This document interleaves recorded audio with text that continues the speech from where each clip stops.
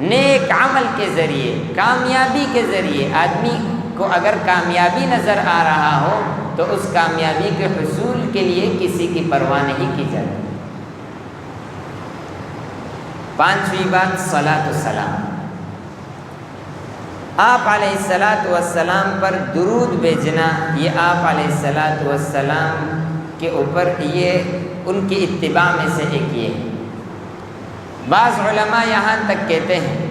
کہ رسول اللہ صلی اللہ علیہ وسلم پر درود بھیجنا ہر مجلس میں ہر مرتبہ یہ واجب ہے، لیکن بعض علماء یہ کہتے ہیں کہ ایک ہی مرتبہ میں ایک مجلس کے اندر ایک دفعہ بھیجنا واجب ہے، اس کے بعد بھیجنا یہ مستحب ہے، ایک دفعہ بھیجنا تو یہ واجب ہے۔ اسی طرح رسول اللہ صلی اللہ علیہ وسلم نے فرمایا کہ جس نے ایک دفعہ مجھ پر درود بھیجا اللہ تعالیٰ 10 مرتبہ اس پر رحمت نازل فرمائیں گے۔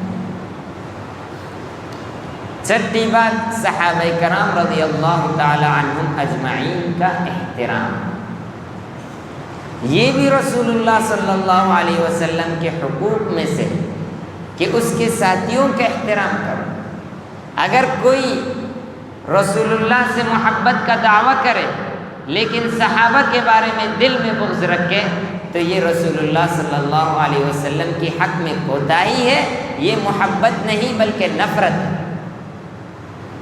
کیونکہ اگر اس سے محبت ہو تو اس کے صحابہ کا بھی احترام ہوگا،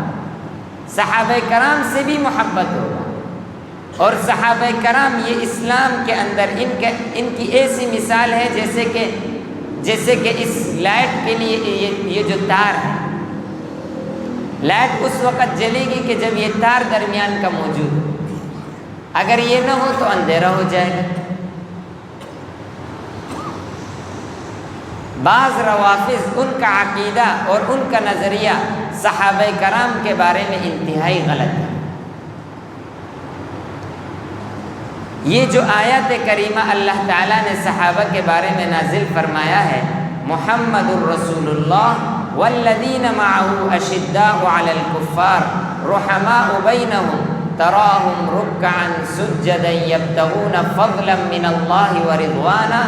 سیماہم فی وجوہہم من اثر السجود ذلک مثلہم فی التوراة ومثلہم فی الانجیل كزرع أخرج شطأه فآزره فاستغلظ فاستوى على سوقه يعجب الزراع ليغيظ بهم الكفار وعد الله الذين آمنوا وعملوا الصالحات منهم مغفرة وأجرا عظيما۔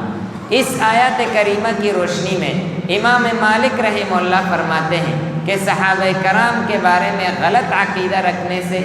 اسلام سے خارج ہو جاتا ہے، کفر میں داخل ہو جاتا ہے۔ اس لیے صحابہ کرام رضی اللہ تعالی عنہم اجمعین کا جو احترام ہے یہ بھی رسول اللہ صلی اللہ علیہ وسلم کے حقوق کے اندر داخل ہے۔ تو آج کی مجلس میں ہم نے رسول اللہ صلی اللہ علیہ وسلم کے حقوق میں ٹوٹل 6 باتیں ہم نے بیان کی۔ اللہ تعالی عمل کی توفیق عطا فرمائے۔ وآخر دعوانا الحمدللہ رب العالمین۔